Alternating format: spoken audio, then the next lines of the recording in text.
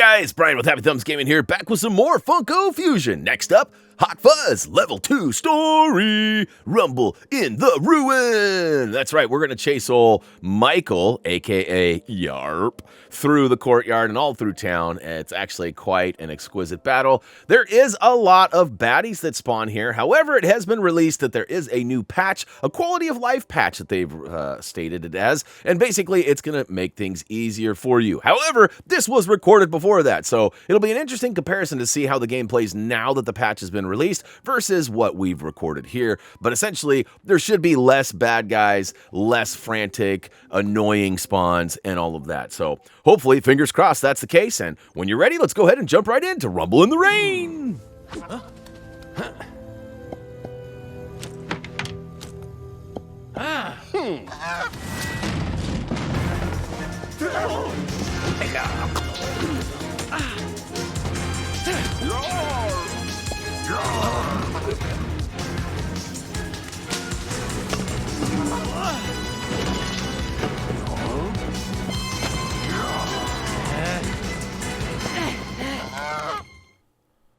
All right, picking up right where we left off in the old hotel. We're going to flip the door open and, oh no, it's Michael. Yarp.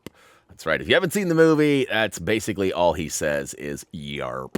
And he's a pretty funny guy in a way, but also a very generous fella, as you can see here.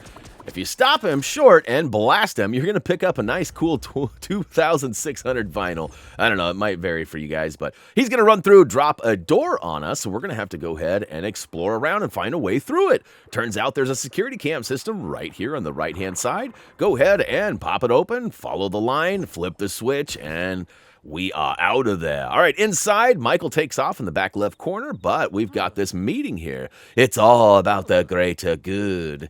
Now, I tried to pull a move on him, and I attempted again here in a second, but basically I thought, you know what? This explodey box is going to do major work on these guys. If I could just get them by it. You have to complete the dialogue there before they will attack. And look, I nailed it, but I ended up only getting like one or two of them. I thought it was going to do them all in. Now, of course, we highly recommend using the environment and the retreat method in a lot of these overwhelming situations. Again, there has been a patch out as of this morning that should change this for some of you guys playing later down the road, basically making it a little less aggressive. That's right, less bad guys. So once you get through that first wave, you'll hear a weird sound in the background, advance, and then once you get to a certain point, it's actually going to spawn a whole bunch more bad guys. Now, the reason for this is we've activated one of those purple mission chests that you find scattered throughout, with sometimes having some very crucial components to successfully complete the levels.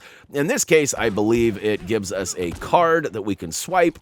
There is a fuse available here in a minute. We got a couple of different things we got to focus on, but basically, survive the night is the goal right now. And we have a couple of snipers up top that actually require a little up-close and personal attention, so we're going to use this cheese method to get up the backside here and shoot him till he sees stars and then give him the cha-cha-cha-cha-cha.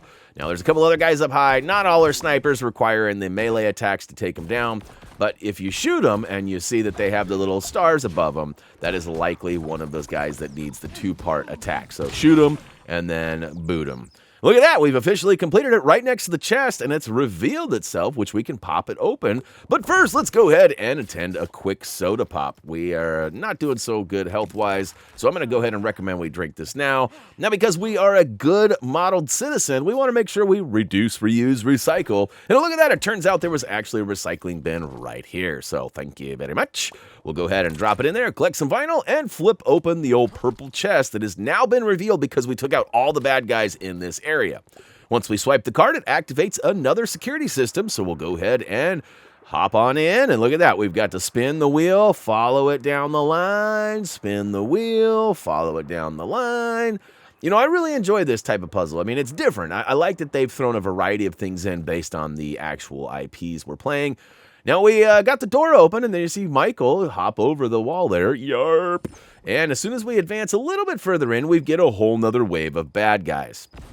My best advice here is to use the environment and the retreat method. In fact, you can actually sort of funnel them through over into this bottom left corner here, where they will jump over that ledge almost one at a time, sort of serving themselves up on a platter for you. Now, if you don't time it just right, or maybe you don't get lucky like I did, there may be more than one at a time, and it may become overwhelming still. Again, just back up as you're attacking, using the environment to, give yourself some cover when you're reloading, or maybe waiting for a couple of bullets to reload, because you don't have to reload the whole clip. It sort of just automatically gives you ammo. For every second, you get like 2 or 3 rounds, but you cannot be actively shooting when that happens. Otherwise, it'll just continue to deplete that meat. Now, all right, we're going to go ahead and we got him spins, and cha-cha-cha-cha-cha. He is donezo. You can see over in the corner, we've got that purple chest still glowing with the ooze, which means we are not done. So just keep on the lookout for more bad guys. Look at that. He was not sure where to look. You're looking the wrong way, guy. That worked in our favor, though, so no complaints. We know we have a few more guys scattered around down below. And, of course, some of those, again, are the 2-step ones. You got to shoot them to get the stars and then finish them with the melee attack. Now things are getting really crazy. We got guys throwing Molotovs at us. We got bombs getting dropped. We got all sorts of stuff. So I'm going to use my own advice here and sort of retreat back towards that corner spot. Hop over this ledge, because you can still do that. And once you get over there, look at that. I've got this nice little spot that I can funnel them through. And there's even a nice heart to replace my health if I so need it. Now, these guys are being a little sus. They're not chasing me. I'm not sure why that is. In my scouting run, believe me, they had no problem chasing me. But it turns out I only had a couple left, so we took them down, and we are headed back to that purple chest in the corner here, which is going to reveal, well, it is a piece. It's another swipe card. You thought it was going to be something cool, didn't you? Whap, whap, whap, whap. All right, swipe the card. And before pulling the switch, I'm going to recommend you jump up on this ledge back here. It doesn't really need to be up on this ledge. You just really need to shoot the stuff on the wall and play a quick game of connect the dots, la, la, la. That's right. You got to get all these things so the power will surge all the way through. And once we flip the switch, it's going to cause a fuse to pop out of the box on the right there. And then we're going to need to slam it in that fused holder down below. So watch this. You can see I'm going to flip the switch by using the security panel, following the line, and zip, zip, zip, zip, zip, pow. That's right. It goes ahead and drops the fuse. We'll swoop it up, go ahead and slam it in its place, and it continues the power, giving us power all the way to the switch for the door, which we can now open. That's right. Open Sesame.